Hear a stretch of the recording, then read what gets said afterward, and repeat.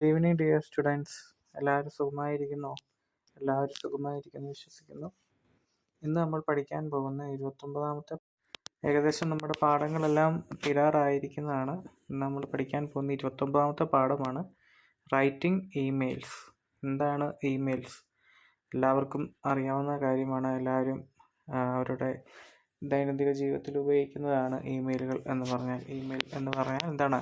Electronic mail. അപ്പോൾ ആ ഒരു ഇലക്ട്രോണിക് ഇമെയിലിനെ കുറിച്ചാണ് ഈ ഒരു പാഠഭാഗത്ത് പറയുന്നത്. The use of email or electronic mail is steadily increasing. Email is cheaper and faster than a letter, less interfering than a phone call, and easier to send than a fax.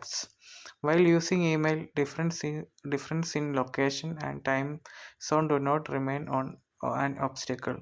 For example, if you send an email from America, they will get it immediately.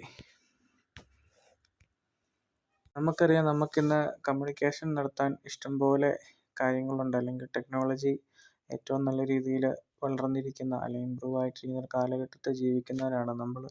നമുക്കറിയാം, പണ്ടത്തെ കാലത്തെല്ലാം നമ്മൾ നമ്മുടെ കൂട്ടുകാർക്കോ അല്ലെങ്കിൽ കുടുംബാംഗങ്ങൾക്കോ ആർക്കാണെങ്കിലും നമുക്ക് നമ്മുടെ സന്ദേശങ്ങളോ അല്ലെങ്കിൽ നമ്മുടെ കാര്യങ്ങളൊക്കെ അറിയിക്കാൻ നമുക്ക് ലെറ്റേഴ്സ് മാത്രമേ ഉണ്ടായിരുന്നുള്ളൂ. അത് അവിടെ ചെല്ലുമ്പോൾ തന്നെ ആഴ്ചകളോ ചിലപ്പം മാസങ്ങളോ തന്നെ എടുക്കുമായിരുന്നു. അതിനുശേഷം ഫോൺ കണ്ടുപിടിച്ചു, മൊബൈൽ ഫോൺസ് വന്നു.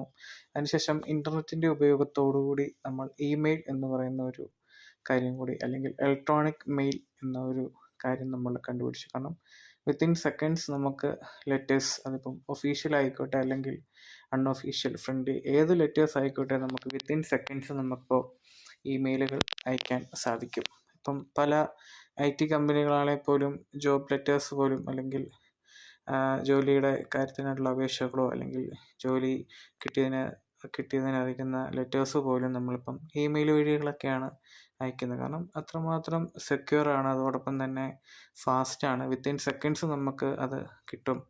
എന്നിട്ടത് നമുക്ക് പ്രിൻ്റ് എടുക്കുകയോ അല്ലെങ്കിൽ ആ കാര്യം നമുക്ക് മൊബൈലിൽ കാണിക്കുകയോ എല്ലാം ചെയ്യാൻ സാധിക്കും. കാരണം അത്രമാത്രം ടെക്നോളജി ഇന്ന് ഡെവലപ്പാണ്. അപ്പം ഈ ഒരു ചാപ്റ്ററിൽ ഇമെയിലിനെ കുറിച്ചാണ് പറയുന്നത്. എങ്ങനെയാണ് ഇമെയിൽ അയക്കേണ്ടത്, എങ്ങനെയാണ് ഇമെയിൽ നമ്മളെ സഹായിക്കുന്നത് എന്നൊക്കെയാണ് പറഞ്ഞിരിക്കുന്നത്. അപ്പോൾ ഫസ്റ്റ് ക്വസ്റ്റ്യനായിട്ടുള്ള tips for writing effective email. എങ്ങനെയാണ് നമ്മളൊരു എഫക്റ്റീവായിട്ടുള്ള ഇമെയിൽ അയക്കുന്നതിനെ കുറിച്ചാണ് പറഞ്ഞിരിക്കുന്നത്. Know the receiver of your email. ആർക്കാണോ നമ്മൾ അയക്കുന്ന ആളുടെ വ്യക്തിയുടെ ഇമെയിൽ അഡ്രസ്സ് അറിയുക. നമുക്കറിയാം, കുറേയധികം ഇമെയിൽ പ്രൊവൈഡ് ചെയ്യുന്ന ആളുകളുണ്ട്, അല്ലെങ്കിൽ കുറേയധികം ഉണ്ട്. നമുക്കറിയാം, ജിമെയിലുണ്ട്, അതുപോലെ യാഹു ഉണ്ട്, പ്രൊവൈഡേഴ്സ് ഉണ്ട്. കാരണം അങ്ങനെ കുറേ പ്രൊവൈഡേഴ്സ് നമുക്ക് ഉണ്ട്. Confirm the email address. നമ്മളെപ്പോഴും ശ്രദ്ധിക്കേണ്ടതാണ് നമ്മൾ ആർക്കാണോ ഇമെയിൽ അയക്കാൻ ഉദ്ദേശിക്കുന്നത് അയാളുടെ ഇമെയിൽ അഡ്രസ്സ് കറക്റ്റ് ആയിരിക്കണം, അത് കൺഫേം ആയിരിക്കണം. Use an appropriate subject line കൊടുത്തിരിക്കണം. Be brief. എല്ലാ കാര്യങ്ങളും നല്ല വ്യക്തമായി തന്നെ കൊടുത്തിരിക്കണം. Be careful with grammar and spellings. ഗ്രാമറും അതുപോലെ സ്പെല്ലിങ്സൊക്കെ ശരിയാക്കണം. അപ്രോപ്രിയേറ്റ് ഫോർമാറ്റിംഗ് വേണം. Be careful while sending attachment. എന്തെങ്കിലും ഫയലോ പിക്ചറോ JPG അല്ലെങ്കിൽ എന്തെങ്കിലും ഫയൽസോ കാര്യങ്ങളോ നമുക്ക് അയക്കാനുണ്ടെങ്കിൽ അറ്റാച്ച്മെൻറ്റ് ചെയ്യുമ്പം ശ്രദ്ധിക്കണം. Know the difference between reply and reply all.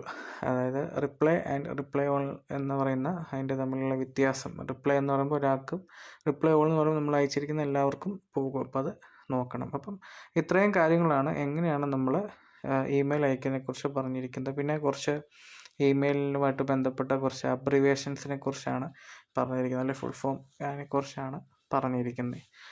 പിന്നെ ആ ഒരു പാഠഭാഗത്ത് വരുന്നതെന്ന് വെച്ചാൽ, ഒരു ഇമെയിൽ നമുക്ക് അയക്കാൻ വേണ്ടിയിട്ട്, അല്ലെങ്കിൽ ഒരു കംപ്ലൈൻറ്റ് ഇമെയിൽ വഴി അയക്കാൻ വേണ്ടിയിട്ട് ഒരു ക്വസ്റ്റ്യൻ ചോദിച്ചിട്ടുണ്ട്. അതൊരു ഇമ്പോർട്ടൻ്റ് ആയിട്ടുള്ളൊരു ക്വസ്റ്റ്യൻ ആണ്, പല എക്സാമിനും ചോദിച്ചിട്ടുണ്ട്. നമുക്കറിയാം, 4ാമത്തെ ക്വസ്റ്റ്യനാണ്. Write an email complaining Maruti Udyog about the cheating done with your order to buy a car from Maruti true value. അപ്പം നിങ്ങൾ മാരുതി ട്രൂ വാല്യൂ എന്നൊരു കാർ എടുത്തു, ഓൾട്ടോ എടുത്തപ്പോൾ അതിൻ്റെ വേരിയൻറ്റ് മാറിപ്പോയി. LXi ആണ് നിങ്ങൾ ഉദ്ദേശിച്ചത്, പക്ഷേ നിങ്ങൾക്ക് കിട്ടിയത് LX വേരിയൻ്റ് ആണ്. അപ്പം അങ്ങനെ ആ വേരിയൻറ്റ് മാറിപ്പോയി,